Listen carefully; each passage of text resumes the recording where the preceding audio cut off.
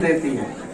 लेकिन जब मैं जेल में गया और 9 महीना जेल में रहने के बाद जब मैं वहां से निकला तो मुझे पता था कि मेरे घर में कोई स्त्री नहीं थी, कोई महिला नहीं थी, कोई औरत नहीं थी, वो मेरी माँ थी। मुझे पता चला कि उस माँ से ताकतवर कोई नहीं है।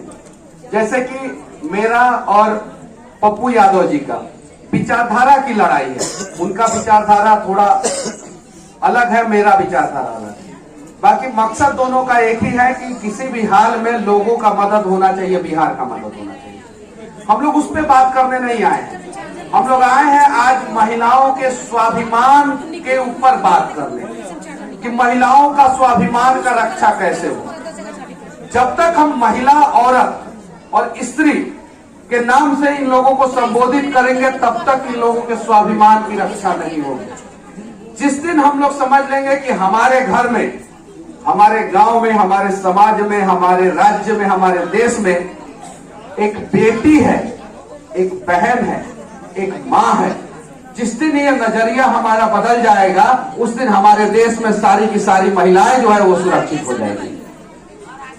महिला, स्त्री और औरत, बेटी, माँ और बहन में जिस दिन बदल जाएगी उस दिन जो है हमारे देश के हर एक कोने में हर एक बेटी, हर एक माँ, हर एक बहन जो है वो सुरक्षित हो जाएगी। तो चलिए एक प्रयास किया जाए कि हम लोग इन लोगों को किसी भी हाल में सुरक्षित किया जाए। जब हम लोग, मैंने भी देखा, जब मैं जेल में था, एक कहानी मैं आप लोगों को बता रहा हूँ, बहुत बुरा अनुभव था मेरा, महिलाओं को कैसे अपमानित किया जाता है। जब जेल की गाड़ी में 55, 60, 65, 70 लोगों को भर के लाया जाता था और हाजत में प्रोड्यूस किया जाता था और हाजत चोकोटूम कहा जाता है, वहां से फिर जेल लेके जाया जाता था, तो उसमें से 10-15 लोग इतने गंदे होते थे। सभी लोग नहीं, जेल में बंद हर एक व्यक्ति गलत नहीं है, उसमें से 75% लोग निर्दोष है, 75%। लेकिन उसमें से 10-15 इतने गंदे होते थे, इतने गंदे कि पूरा रास्ता भर महिलाओं को गाली देते जाते थे, बहनों को गाली देते जाते थे, पूरा रास्ता भर बेटियों को गाली देते जाते थे। एक बार मनु महाराज जी ने गाड़ी को रुकवा के जो है उन लोगों का बढ़िया से व्यवस्था किया था, खाना में लगा के बढ़िया से व्यवस्था किया था। अब जरा सोचिए कि जिसको मतलब कि कोर्ट ने जेल के अंदर डाला है, वो जेल के अंदर है, उसके बावजूद जो है उसको नहीं पता है कि महिलाओं को कैसे सम्मानित किया जाए, कैसे सम्मान दिया जाए। वो तो जेल की बात हो गई, जो मैंने देखा मुझे बहुत बुरा लगा, जबकि उसको रोकना चाहिए।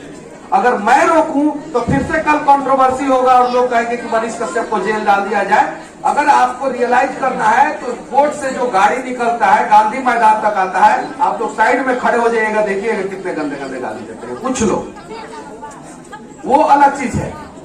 दिल्ली की बात हुई, उत्तर प्रदेश की बात हुई, बिहार की बात हुई, पूरे देश की बात हुई, हम लोग कहां खड़े हैं? हम लोग क्यों नहीं सम्मान देते हैं? जैसे उन्होंने कहा मजहब और धर्म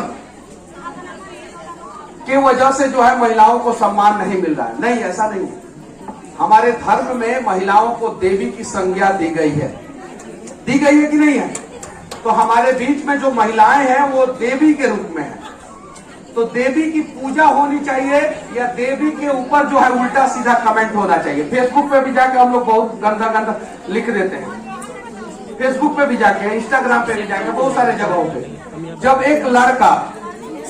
एक लड़का इंस्टाग्राम पे रील बनाता है तो उसके ऊपर कोई पाबंदी नहीं लगाई जाती है। एक लड़की जब रील बनाती है, एक महिला जो रील बनाती है, तो उसके ऊपर तरह तरह के कमेंट किए जाते हैं, ये गलत है। लेकिन महिलाओं से भी मैं कहना चाहता हूँ, आप अपनी संस्कृति और सभ्यता का ख्याल रखते हुए इंस्टाग्राम पे रील बनाएं या इंस्टाग्राम का CEO बन जाए, आपको रिस्पेक्ट मिलेगा। लेकिन जहां आप अपनी संस्कृति और सभ्यता का ख्याल नहीं रखिएगा वहां रिस्पेक्ट नहीं मिलेगा। मैं बहुत कड़वा बोलता हूं, इस मन से बोल रहा हूं। कुछ लोग बोलता है कि कपड़ा पहनने की आजादी है, हम छोटा पहने या बड़ा पहने, तुम कमेंट करने वाले कौन होते हो? नहीं, गलत।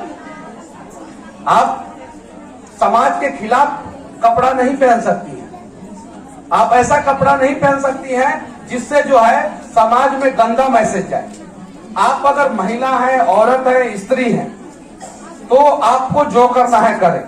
लेकिन अगर आपको बहन बनना है, बेटी बनना है, माँ बनना है, तो संस्कृति और सभ्यता का ख्याल रखना होगा किसी भी हाल में। तो क्या आप लोग इसके लिए तैयार हैं? बिल्कुल। अच्छा, एक और चीज मैं कहना चाहता हूँ, इस देश में बहुत सारी महिला आयोग है कि नहीं है? महिला